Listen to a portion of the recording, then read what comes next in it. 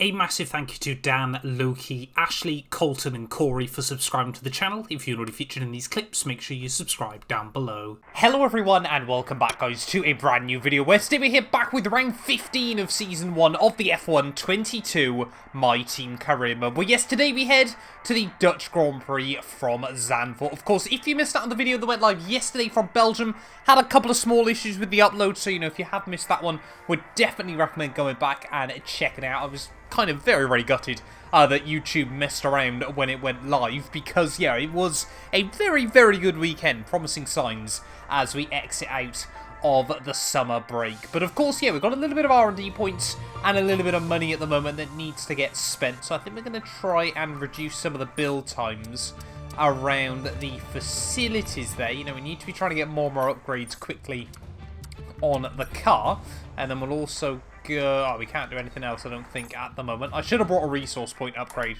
That's what I should have done there, but we won't worry about that too much. Actually, yeah, we'll do quality control as well, because we desperately need more parts going on the car successfully early on. But yeah, like I said, of course, if you missed out on the last one, would definitely recommend going back and checking it out. Of course, yeah, daily F1 22 content still on the way. But yeah, we'll have a quick look then as to how things are shaping up in the Drivers' Championship. Charles Leclerc still leads the way after yet another race victory last time out there. The gap's 60 points now ahead of his teammate Carlos Sainz, with Hamilton still lurking in P3. But Red Bull still yet to win a race this season. Can Max Verstappen, the homeboy, try and get his first win of the year here at Zandvoort? We will have to wait and see. Let's get into it then, and first of all, as always, let's jump into the Pirelli Hotlap. Right, well, Pirelli Hotlap checkpoint challenge time then here from Zandvoort. We've got to do 9,250 metres in this one today. And of course, yeah, we did one of these back at La Castellet a couple of days ago. So yeah, we'll wait and see. Silver medal's normally pretty doable in these, but the gold, I often just struggle to quite get enough out of the car. But yeah, here in the Aston Martin, let's wait and see what we can do. Is definitely have to make sure to brake early down in towards one.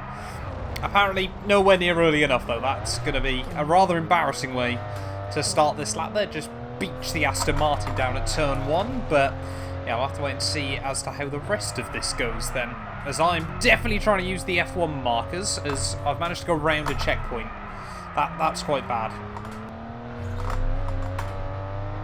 Right, will the banking be flat out in a supercar? No. You know what, actually I reckon we could have just about got it pinned then if I'd nailed it, but yeah, about at half distance then, near enough, as we come towards the end of our first lap. I'm going to try and brake at the 150 metre board for turn 1. That's a whole lot better there. That's the kind of marks we need to be hitting if we want to try and get at least even the silver. Heading around the final corner then, we're just about going to pick up yet another time... a gate then, I'm forgetting the words. Are we going to be able to reach the one back down at turn 1? We'll have to just go absolutely full throttle through it. Just see if we can get anywhere close. Yes, we can! Oh, dearie me. I think we're, yeah, only going to be able to get the bronze score anyway there. That's not quite the aim down at turn 1, but we had to do it. I mean, we didn't actually have to be honest. It was going to be a bronze medal either way. But yeah, let's get then into practice here for the Dutch GP weekend. Right, well here we are then.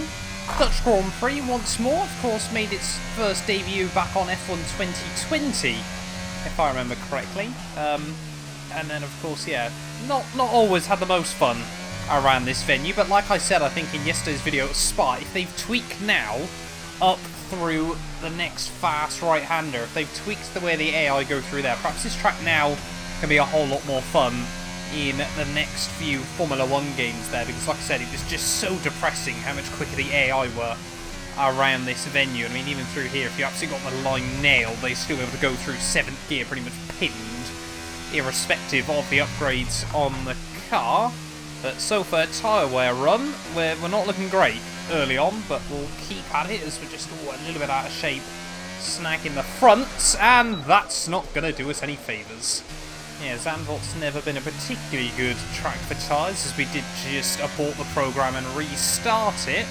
Let's wait and see what we can do as we head up towards the line. Surely that's green. Yeah, there we go. It is still a green score. We did do pretty close to purple by the end.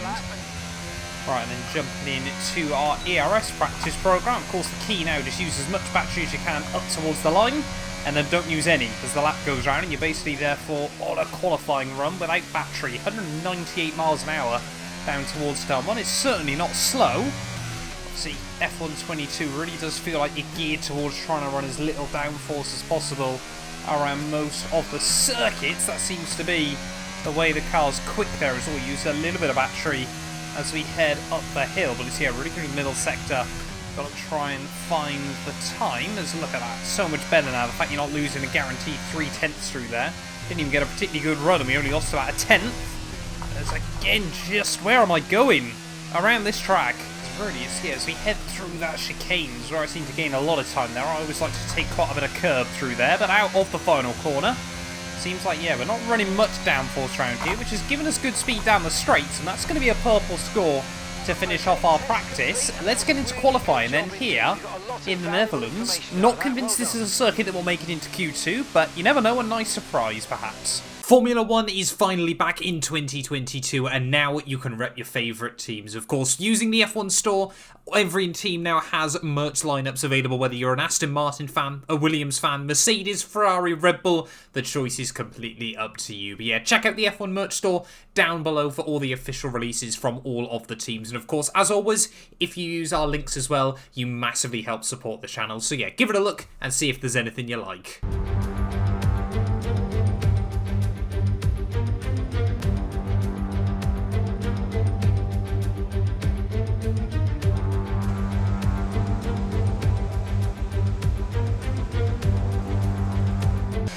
Well, after a few issues in practice then, let's see if qualifying can be a bit of a smoother sailing affair. Of course, here at ZANDVOORT, so easy to make mistakes around here. You know, it's an old school circuit, but unlike, you know, the likes of Monza and Spa that are both very high speed, around here, we've got nowhere to run, nowhere to hide. It's all a little bit late on the brakes down towards turn 1, but allows us to get quite squared off on the exit. Struggling to find my upshift though. I get a lot of questions from you guys as to whether I use manual or automatic gears. Why would I use no other assists apart from gears? Like, auto gears is something I absolutely hate on any racing game. It's not meant to be a rant at you, it's meant to be a rant at game developers. I can sort of understand why they deliberately make them a bit naff, but yeah, auto gears is like the easiest assist to get rid of in my eyes, and I don't know why anyone uses them. Unless you're on a controller, then I can kind of understand. But yeah, no excuse. I'm definitely not using auto gears, just to clarify as well. Up towards the line then, we are going to set an 12.1. Fastest at the moment, only 300ths away from El Plan there. Very, very happy with that for a first benchmark, because we've got Pierre Gasly all over my gearbox. Well, I haven't tweaked the AI or anything like that here, but ZANDVOORT might be a wee bit broken, because currently we're 2.5 seconds clear of our teammate Felipe Drugovich, unless he was one of the first 2 cars that goes out. For some reason there's a weird bug at the moment where if you're one of the first 2 cars, you always seem to be like a second off the pace, and then often we've seen as well they then can't get a second lap in. But I feel like we have got decent pace around here at the moment, until I do that. That's what I mean about ZANDVOORT. You know, you clip any of the curves around this track, you're going straight round immediately, and there's nothing you can do. I'll get ready then for my final run here in Q1. We're still up in P14 at the moment, but we often see a lot of cars improve. We've got rain apparently that might appear in Q2, but will we appear in Q2? That's the real question then, as we head out of the final corner there, out of the banking, as we head back down towards turn 1. Really want to try and get this absolutely nailed as we head through the first corner. Avoid that curb on the exit. We just learned how lethal that can be. A nice tidy run out of the first couple of turns there, try and get the car slowed down through the banking. Short shift 4th gear on the way out there as you fight the back end for grip and traction.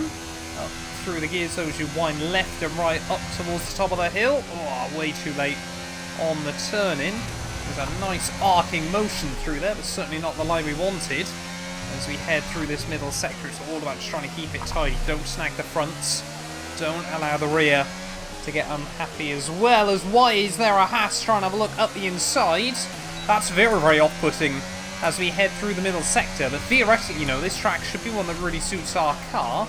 As what is Kevin Magnussen doing all over my gearbox here as we head down in towards the final couple of turns. We're not going to improve, but I think we have done enough to make it through into Q2 there as I'm really trying to get my throttle through the final corner. 3/10 down. We are slowly getting shifted back down the order here. Is Kevin Magnussen going to improve? Oh, he's P17. That's heartbreaking. And there we go then, having a look at the final results from Q1 there. Charles Leclerc fastest on a 10.5. But what was the gap that we got knocked out by? A 1/10.5 there, so we definitely would have had the pace to be ahead of Zhou Guanyu. But it is both Williams, both 212 Motorsport cars, Lando Norris this time, and Pierre Gasly out in Q1 there. Despite K-Mag being stuck in my diffuser for half the lap, he still managed to go P12 in the end. Let's get into it then here for the Dutch Grand Prix. This channel is proudly sponsored by Bybit, the official crypto partner of Red Bull's Formula 1 team. I've been using their platform for my personal crypto savings over the last few months, and when they got in touch to support the channel, I was super excited. Currently, they're offering you guys a special new promo for the first 100 of you to deposit $10 or more onto the platform. You'll get another $10 free. Also, 5 lucky winners will get their initial deposit doubled up to $1,000. That means if you deposited $1,000 onto the platform using my codes below, you could be within a chance to get another $1,000 completely free. We've seen the landscape around crypto drastically change over the last couple of years, and I genuinely believe it holds an important place in our future. However, please be careful as always when trading, as you are liable to lose money. But if you're interested and you're 18 or older, click the link down below to get started and see why Red Bull and myself, as well as thousands of others, trust Bybit as their crypto. For years, the passionate Dutch fans have been easy to find trackside in races across Europe. Here this weekend, it's even easier to find the Dutch fans as they have a race to call their own once again. A warm welcome to all of our viewers in the Netherlands and around the globe, of course, as we get underway for the Dutch Grand Prix. 2.6 miles then make up a lap here at a very wet ZANDVOORT circuit, where some tricky braking zones and sudden drops can make it all too easy to slide off into the gravel. 14 corners overall, a 678-metre main straight. That will provide the best chance for overtaking. Off the back of a fantastic qualifying session, it's time to see how our starting grid looks like for today's race. Charles Leclerc lines up on pole position, just ahead of George Russell, who starts this event from P2. Looking at the rest of today's grid, we have Perez, Magnussen, Valtteri Bottas and Mick Schumacher, Fernando Alonso, Ricciardo, Vettel and Lewis Hamilton, Stroll, Sainz. They'll be starting further back after an earlier grid penalty. Guan Yu Zhou, Mr. Monaco, Gasly, Drugovich, Esteban Ocon and Alex Albon. They've taken a grid penalty. Norris, Latifi, Verstappen and Yuki Tsunoda. Now it's almost time for lights out, so let's go down to the track. Alongside me to discuss all the action today is Natalie Pinkham. Thanks for joining us, Natalie. And tell me, you were down in the pit lane earlier. How do you think the track conditions are today? Well, it's looking a bit cold out there, if I'm honest. These tyres have quite a narrow operating window in terms of the temperatures they need to extract the best grip. So, with the cold track surface, it's going to be harder to keep those temperatures up, which will lead to lower grip and maybe more mistakes.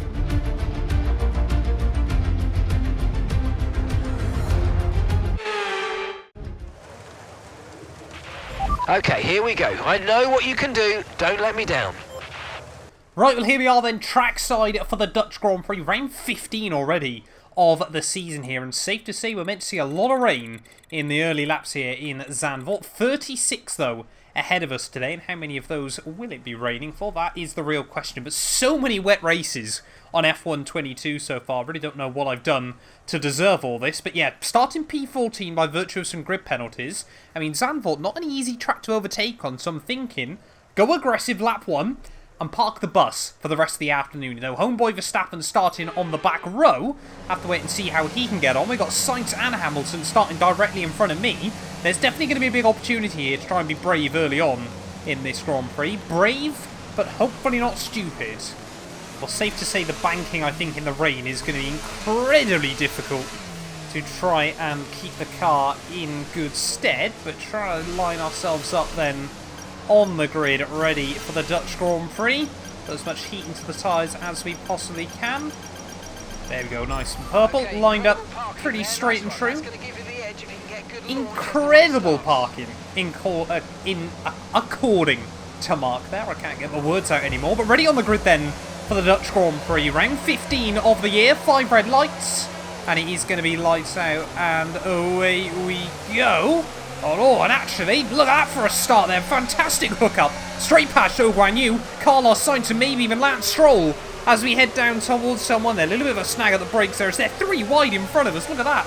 Through turn 1 there. Fantastic little getaway, though, for ourselves. Oh, I just don't want to lose the rear wing. The front wing on Lewis Hamilton, but high and wide as we head through the banks turn 3. Are we going to be able to find even more places here? Yes, we are. And look at that, straight up into the points here in Zandvoort, up into P9 of the Grand Prix there as well. Schumacher almost loses it. Hamilton sneaks back past us there.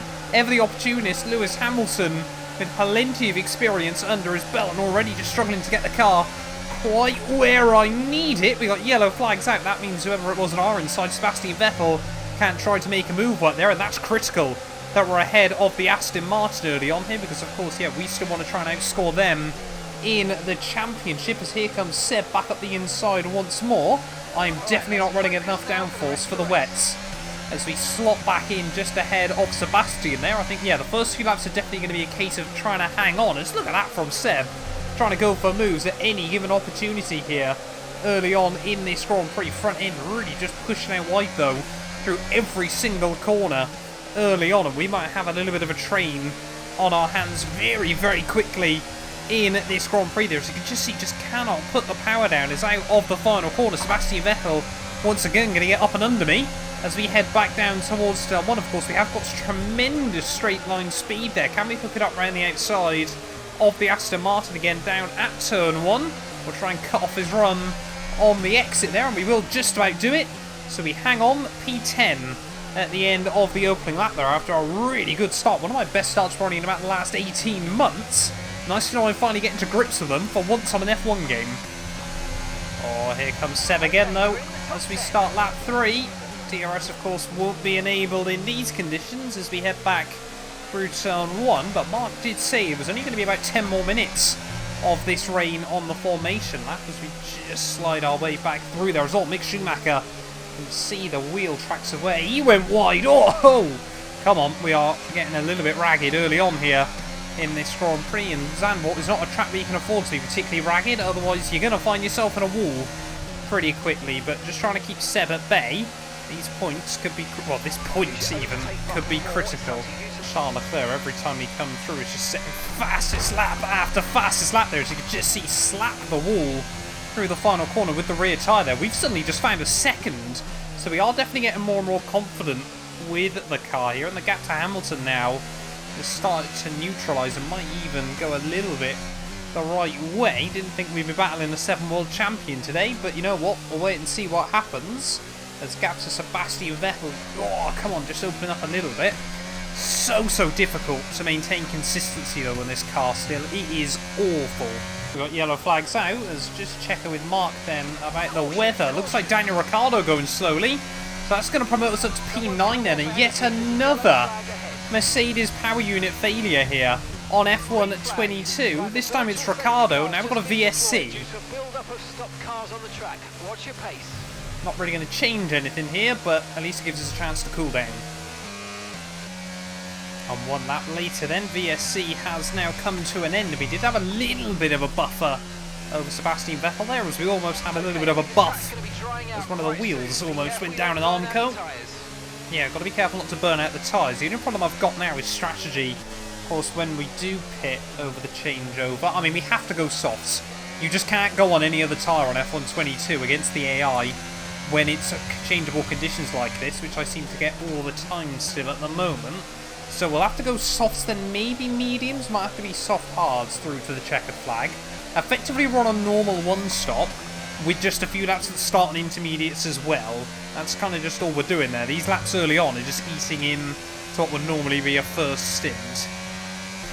Psychologically, I must admit, I'm still finding it weird coming from F1 2021, where we dominated, of course, so much in the late game, or at least had a couple of fantastic title battles with Max Verstappen, to at the moment knowing full well, no matter what I do, I just sensibly won't be able to close up any time on even, a Haas car, Mick Schumacher up the road, or of course Lewis Hamilton as well.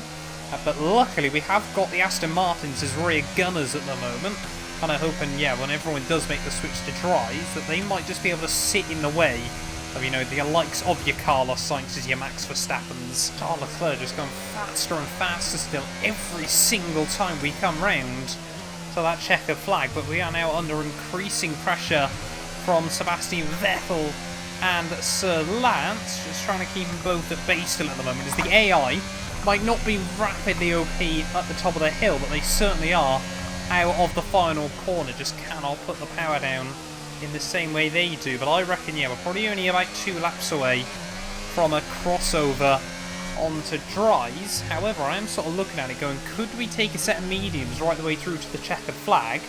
And what will the AI do? Will they try and still two-stop this? I mean, that could be the key to try and move us a little bit further up the order, though I feel if they went onto softs, to be honest, Mick Schumacher, Lewis Hamilton will probably build up a big enough gap that they'd be ahead of me anyway by the time they pit again. I feel like we're going to have to go onto soft still, but there's no way we could take those 22 laps to the end. We could always double soft, though.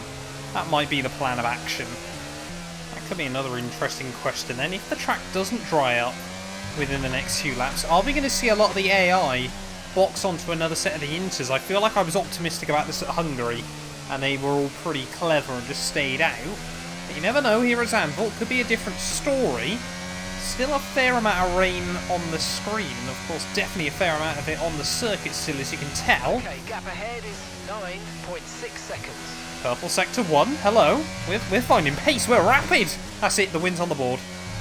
Flag, someone's off. I think it's a Williams. I'm not a betting man, but I'd say it's Latifi there as Charles Leclerc goes even faster. George Russell, though, trying to chase him back down, as it looks like whoever it was that went off has managed to recover it, so I guess they just found the gravel at the top of the hill.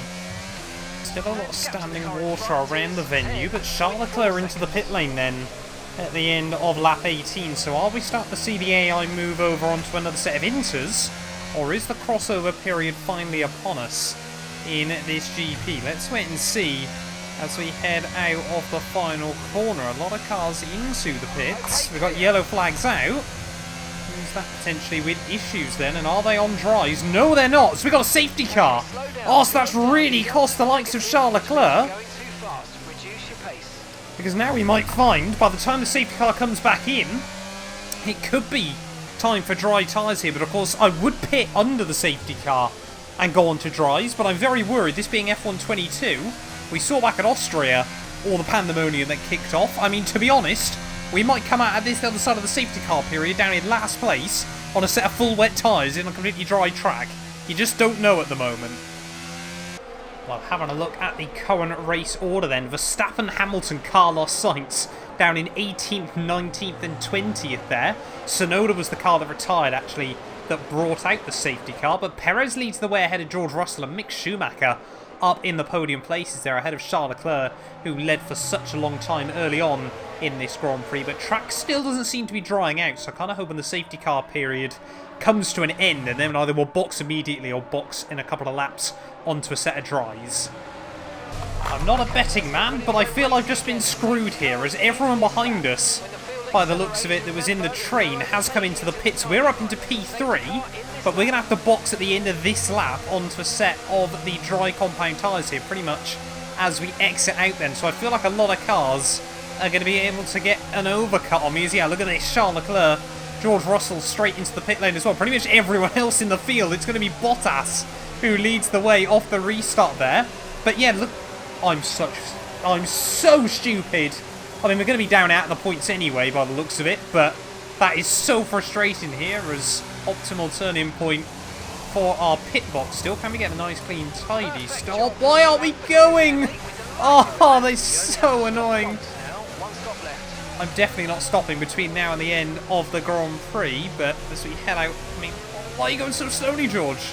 Come on, but now we've got a 5-second penalty as well that we've got to try and navigate. Yeah, I guess our only hope at the moment then is, of course, Valtteri Bottas has stayed out there on a set of the medium compound tyres, because I don't see any other way now, especially with the 5-second penalty, that we're going to score any points here. So I cannot believe...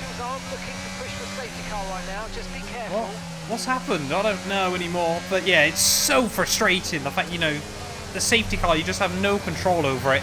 I'm going to run a couple of polls actually over the next few days, ready for Season 2, because I'm honestly tempted to stop running the broadcast safety car if it keeps doing things like that, because we were to pit under the safety car like everyone else, and we could have been up in the lead of this Grand Prix there. Actually, we've got a few more cars into the pits at the end of the next lap, but I mean, even with the 5-second penalty, we're still not going to stand a chance at scoring points here in the final few laps, especially again with the way the AI seem to build up temperature off the restart. And look at that, actually it's not worked out badly for Valtteri Bottas or Lewis Hamilton and Charles Leclerc, as they're all still going to be ahead of me on fresher, I mean they're much quicker cars anyway there, as we are going to get in front of Carlos Sainz.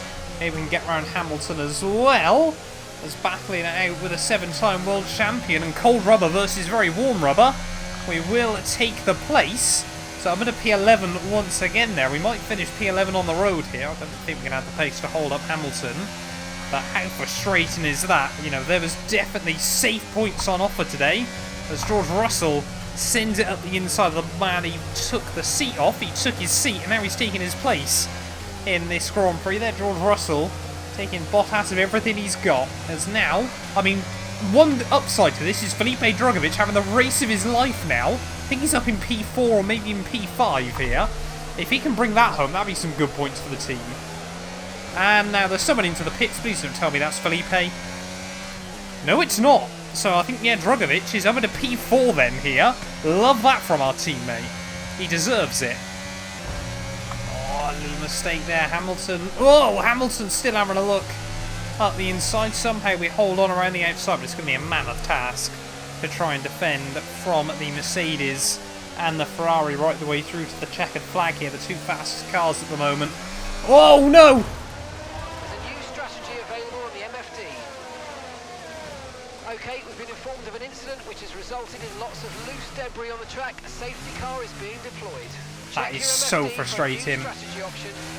This race just goes from bad to worse, as we're going to box onto another set of the soft compound tyres there. But, I mean, like I said, it was a tall order to try and hang on for points anyway.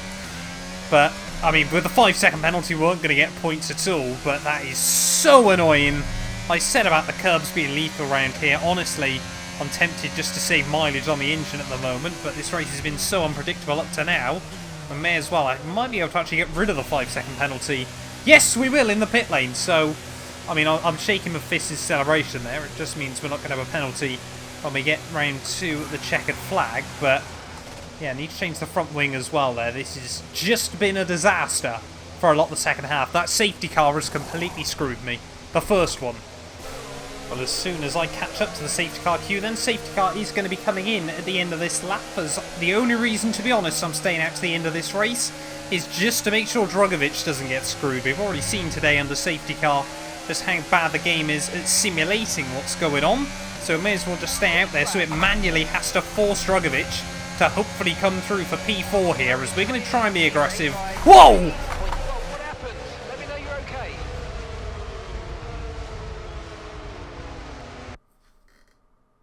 I mean, what am I meant to do?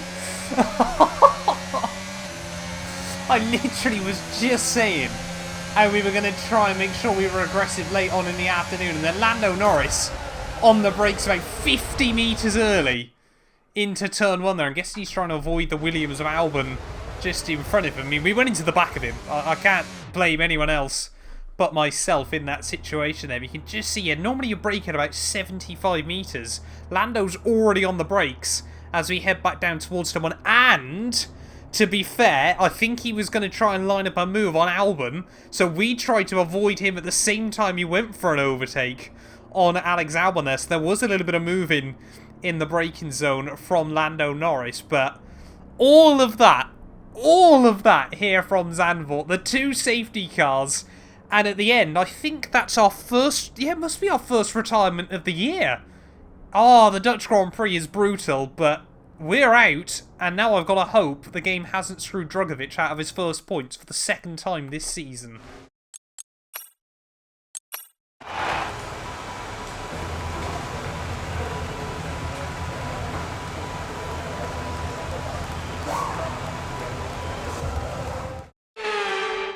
So as they climb out of the car, the Red Bull team are ready and waiting to celebrate a thoroughly deserved win.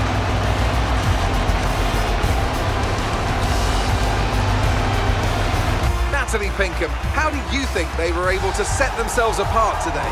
Well, this was a real team victory. They put together a solid strategy today that appeared well suited to the conditions out on track. The driver did everything that was expected of them in the moment to really execute the team's plan to perfection. A shining example of how F1 really is a team sport.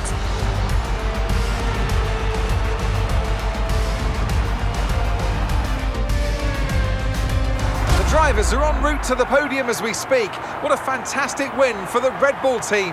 They performed exceptionally today, keeping us firmly on the edge of our seats throughout the entirety of the race. Congratulations to everybody at the team.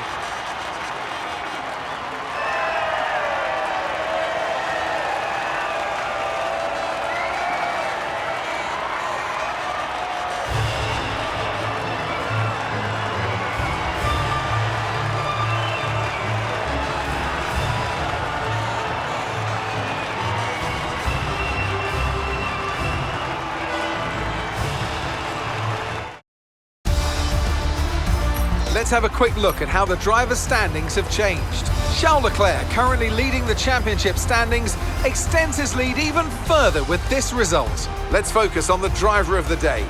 Natalie Pinkham, come on, who do you pick? Often, my go-to would be a driver who's managed to pull off an especially impressive feat during the race. However, in this instance, I was more impressed by Max Verstappen's solid, clean driving throughout the event. It's time to check out the constructors' standings. It was a tough race for our championship leaders who lose ground at the top of the table. Meanwhile, a strong weekend from Red Bull this time out, and they improved their position in the championship. I'm equal parts exhausted and elated with this weekend of Formula One, so be sure to join us for the next one. Well, there we go then. The Red Bull team do get their first race victory of the year there, but it is not Max Verstappen. Not too sure how he deserved driver of the day for just being quick rather than going from 21st to 2nd there in the end. Almost did a last to first challenge here at Zandvoort, but it is his teammate Sergio Perez who walks away with the dub there, and yeah, safe to say Cody's have robbed.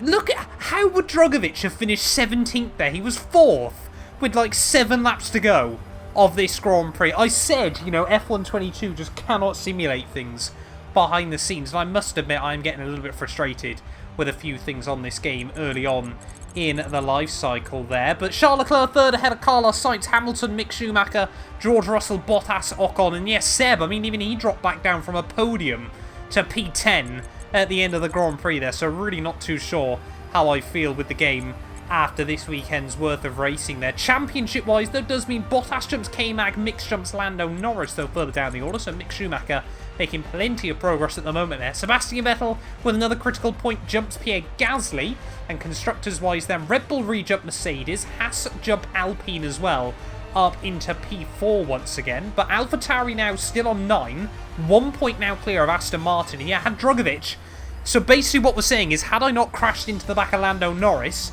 we would now be up to P8 in the Constructors' Championship. I'm just getting no luck on this game early on in this career mode. But thank you all so much for watching this video nonetheless. If you have enjoyed, please do make sure to leave a like and get yourself subscribed. And we will return very, very soon. We head to the Temple of Speed.